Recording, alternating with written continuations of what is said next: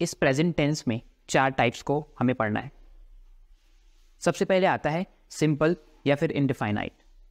सो इसका सबसे पहले हम टेंस बनाएंगे, प्रेजेंट के बारे में हम पढ़ रहे हैं तो प्रेजेंट हो जाएगा, उसके बाद में सिंपल। तो ये हुआ प्रेजेंट सिंपल, इसको आप बोल सकते हैं प्रेजेंट इनडिफाइनाइट या फिर सिंपल प्रेजेंट।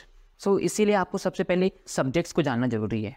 इस टेबल को ध्यान से देखिए, इस पे एक साइड है सिंगुलर एक वचन और दूसरे साइड में है प्लूरल बहुवचन, और इस पे first person, second person and third person भी है। तो ये क्या होते हैं, आई यानी मैं, जो कि फर्स्ट पर्सन है और सिंगुलर भी है। इसी का प्लूरल फॉर्म बहुवचन वी हो जाएगा। जैसे मैं और मेरे जैसे और भी हो जाएंगे, वी बोलेंगे, मैं और we. So I would be the first person और वी फर्स्ट पर्सन ही होकर के इसका प्लूरल फॉर्म हो जाएगा। वैसे सेकंड पर्सन में देखेंगे सिंगुलर में, सो यू होता है इस पर, यू यानी तुम, इसको हम हिंदी में आप भी बोलते हैं। और इसी का बहुवचन यानी प्लूरल तुम सब यानी ऑल ऑफ यू, और यू को हम लोग सिंपली तुम लोग भी बोलते हैं, सो सिंपल यू भी हो सकता है इसका। तीसरा है थर्ड पर्सन सिंगुलर होता है ही, यानी वो कोई भी लड़का के लिए यूज होता है, लड़का या फिर मेल के लिए। सी वही लड़की या फिर कोई फीमेल है उसके लिए यूज होता है। और इट, IT इट, ये कोई ऑब्जेक्ट या फिर कोई निर्जीव चीज़ों के लिए इस्तेमाल किया जाता है। सो ही, सी और इट, इसका मतलब तीनों ही एक ही होता है, वह या फिर यह, हम लोग इसका इस्तेमाल कर सकते हैं।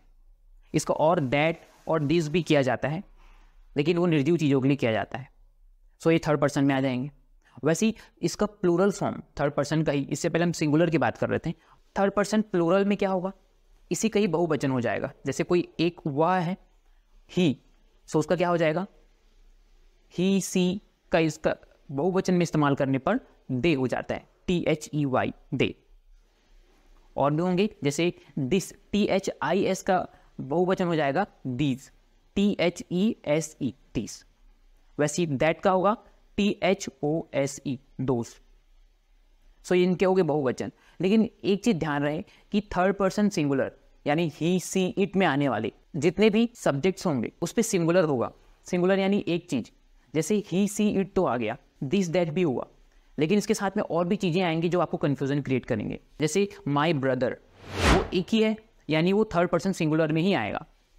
वैसे my sister, my mother, your father, यहाँ पर ध्यान रखने की बात यह है कि योर मदर आ रहा है, इसका मतलब ये नहीं है कि यू से आपको सेकंड पर्सन प्लूरल फॉर्म हो, सेकंड पर्सन का सिंगुलर या फिर प्लूरल फॉर्म नहीं होगा ये। योर मदर, इसका मतलब आपकी माँ, वो थर्ड पर्सन मतलब एक ही पर्सन है, सो थर्ड पर्सन सिंगुलर में ही आएगा।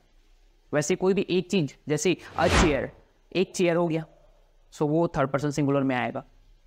इस टेबल को ध्यान से समझना बहुत ही जरूरी है, जिससे आपको आने वाले टेंसेस में बहुत ही इजी होगा बनाने के लिए। थोड़ा टाइम लगेगा और इजीली इसको आप बना पाएंगे। Subscribe now and press the bell icon. Never miss an update.